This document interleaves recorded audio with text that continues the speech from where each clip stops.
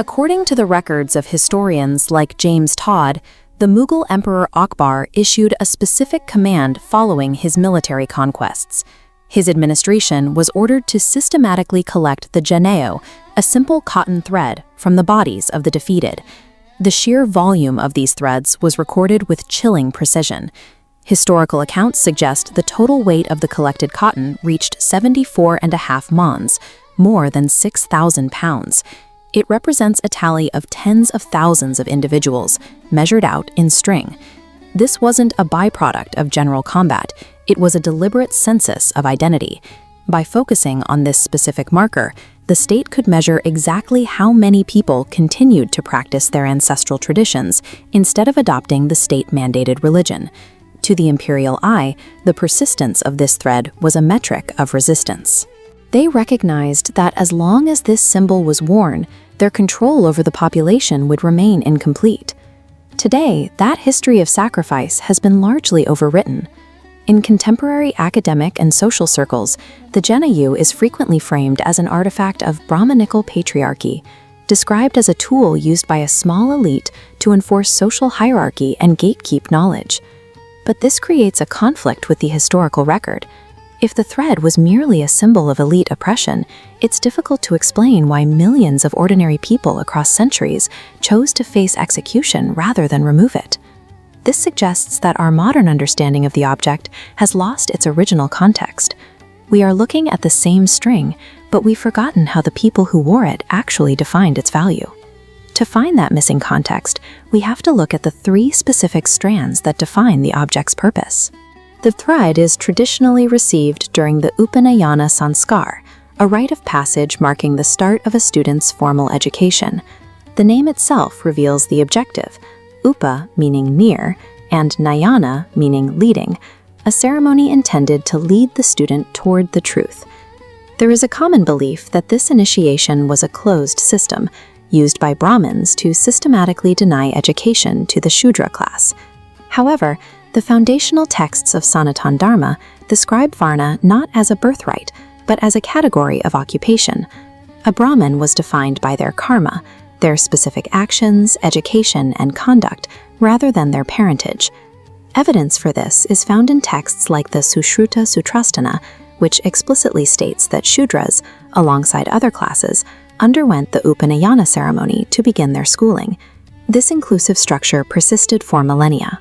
British educational surveys, documented by the historian Dharam Pal, showed that even in the 18th and 19th centuries, the majority of students in traditional gurukuls were Shudras, many of whom were noted for excelling academically.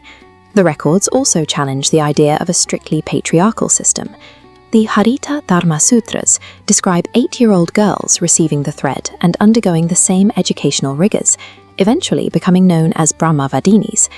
The first strand, then, represented a commitment to universal enrichment, a far cry from the modern narrative of a gated, exclusive elite. Beyond its social and educational function, the thread's construction serves as a guide to the internal landscape of the wearer.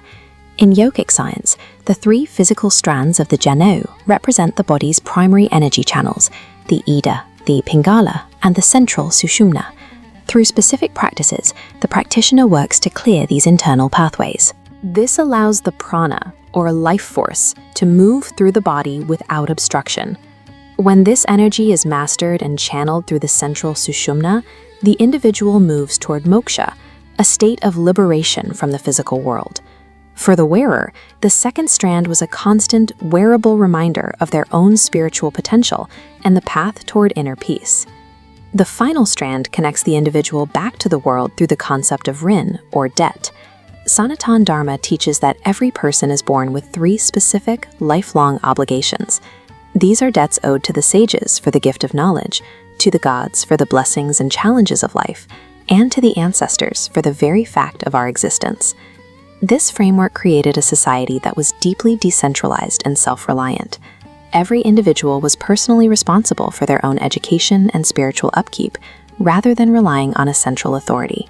This independent spirit was a direct threat to both Islamic and British rulers. Their systems required a population that was submissive and easily disconnected from their local roots. foreign empires attacked the symbol of the Janeu because a people who are educated across all classes and bound by ancestral duty are nearly impossible to manage or convert. When we look at its origins, the Janeu functioned as a system of shared responsibility and education, tying the individual to their community.